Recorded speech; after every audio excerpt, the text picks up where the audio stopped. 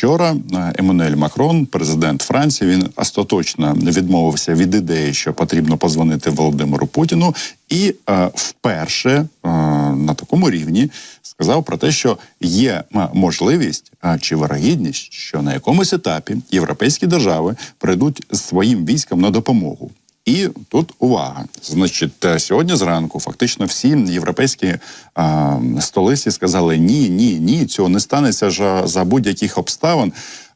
Можливо, як ти думаєш, Кать, можливо, вони подивилися на кордони і зрозуміли, що європейські армії європейських держав, вони просто не зможуть пройти через страйкуючих фермерів і наразі від цього відмовились. Але я б не поспішав би якось іронічно ставитись взагалі-то до цієї ідеї, тому що, в принципі, всі сказали ні.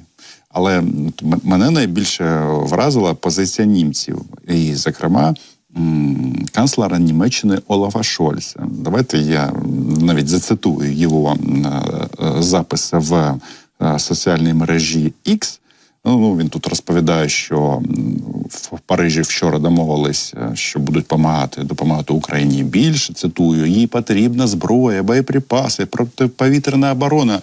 Ми працюємо над цим, пише Шольц. І увага, отут, мабуть, якраз той момент, коли важливо кожне слово.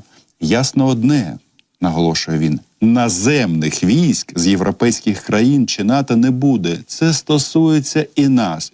І мені чогось в першу чергу ріже оце формулювання. Наземні війська. Наземні. Ну, наземних не буде сухопутних військ, не буде піхоти, не буде танків, артилерії не буде.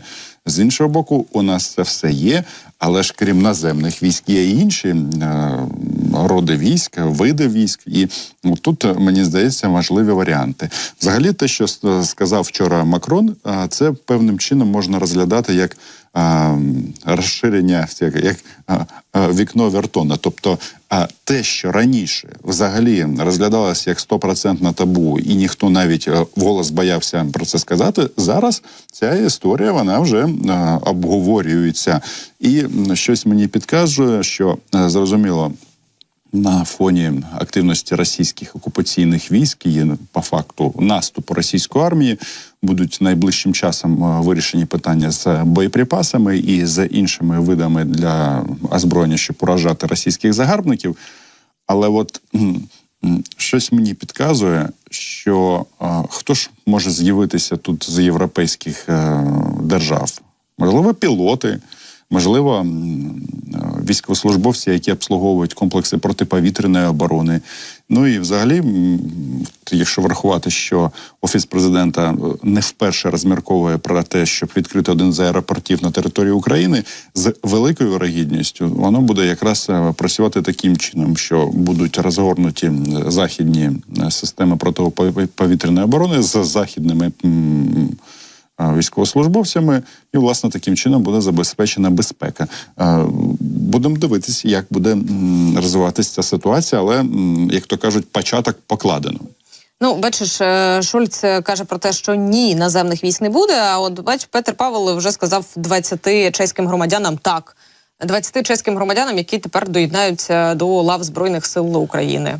Але ж це ж все ж таки їх приватна воля. Але з чогось треба починати. Починати треба. І наразі, знову ж таки, я повернуся до цього формулювання наземних військ.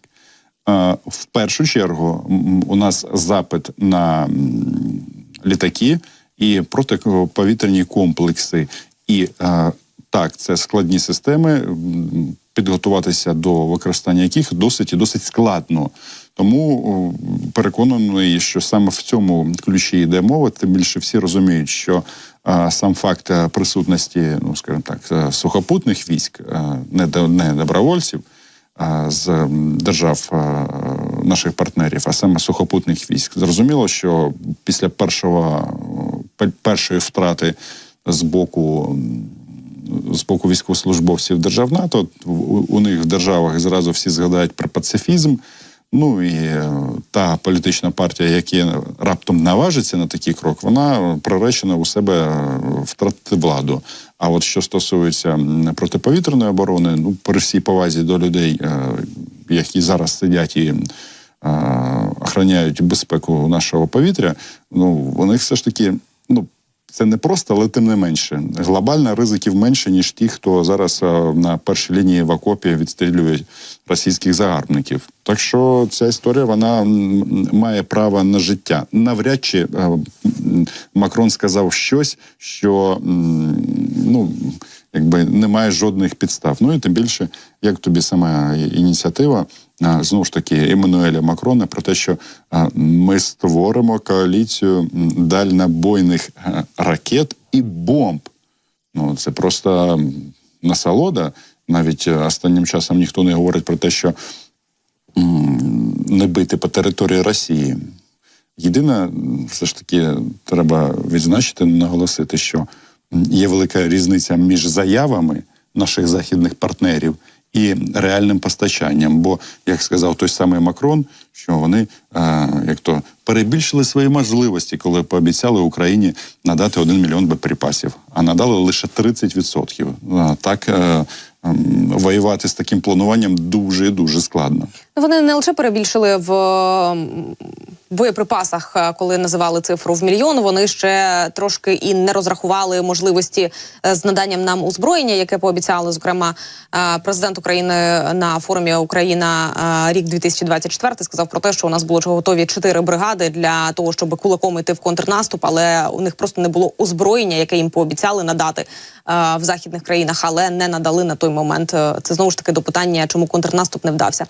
Ну і що стосується Шольца, бачиш, він говорить про те, що так, там не надамо вам наразі військ наземних, але військового контингенту. Але при цьому, якщо у нього питають за Тауруси, каже, що все-таки він не зовсім за. Не те, щоб проти, але не зовсім за, щоб надавати їх Україні. На його думку, це може втягнути його країну у війну з Росією. Виявляється, що й досі є такі сумніви в тому, що Європа може бути в цій війні, хоча вони продовжують до неї готуватися через 3-5 років, але тим не менше ще й досі сподіваються, що раптом принесет, знаєте, а раптом пройде повз, а раптом, якщо ми отак от закриємо очі, то, можливо, нас Росія не побачить.